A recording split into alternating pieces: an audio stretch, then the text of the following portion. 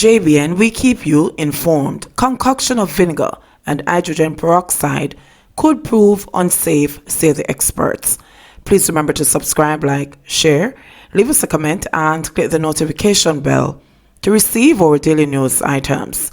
In the wake of panic buying and imported rationing of hand sanitizers and other products used to limit the spread of viruses, local public health and poison control experts are warning against combining chemicals to create homemade alternatives as they could be toxic.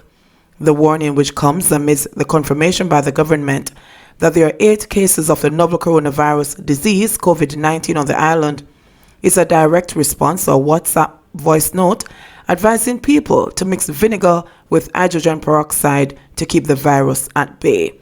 The voice note features a man who identifies himself as one of the most senior pest control men in the island, who has been in business for 35 years.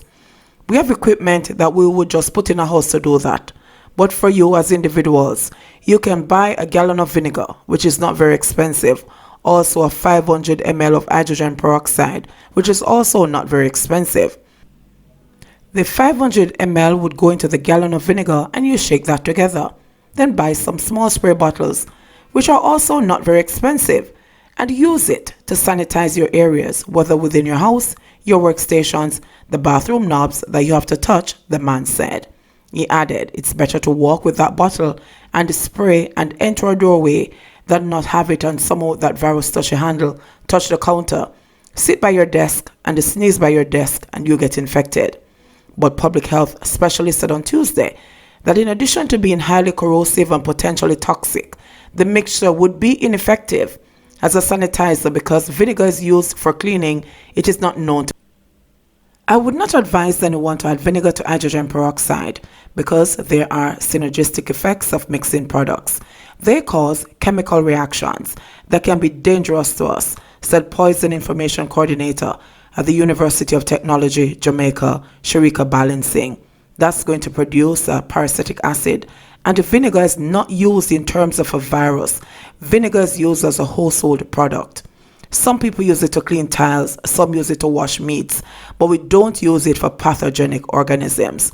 She explained that in scientific or food service terms, cleaning is distinguished from sanitizing.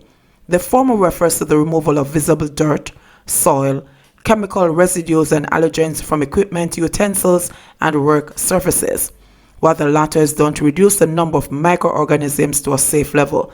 Sanitizing is performed after cleaning. We're not going to have spoiled meat and wash it with vinegar and think that the vinegar is going to kill all the bacteria in it. No, she further explained. When you think about sanitizing, you have to think about what it is you want to remove. You have to understand why you're going to choose a particular product, the purpose of it, and the specific concentration that will lessen or alleviate the harm of that particular organism, she said, adding that the chosen product should not be toxic to the human body. Balancing, who heads the Caribbean Poison Information Network, pointed out that the World Health Organization promotes the use of sanitizing agents which are 99.9% effective against pathogens. If you cannot buy the ordinary hand sanitizer, just have a small bottle of alcohol with you. Alcohol itself is very quick, safe, and it vaporizes easily. It's cheap, it's handy. You can use it to clean phones, wipe your hands, wipe the face of a cell phone, etc.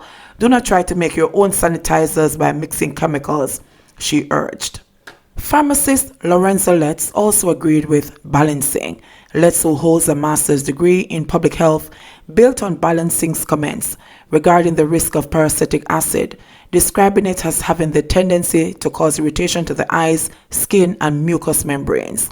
In general, when people make homemade disinfectants, they have to make sure that they are protecting themselves, that they are wearing masks and or gloves because they can damage the skin and eyes, etc. In the case of vinegar and hydrogen peroxide, mixing them creates a compound called parasitic acid.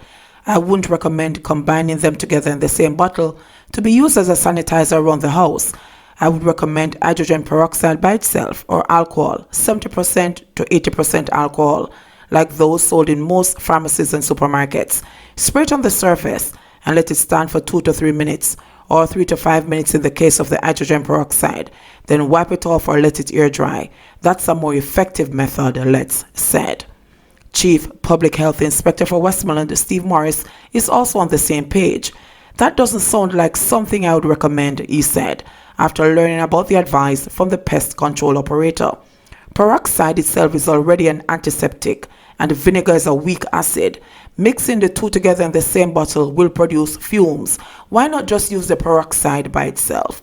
The experts reiterated that good hand washing hygiene will go a far way in keeping people healthy, as well as adherence to the guidelines from the Ministry of Health and Wellness advising healthy people to maintain a distance of at least 2 meters from people who are coughing or sneezing, discouraging large public gatherings and urging sick people to stay home.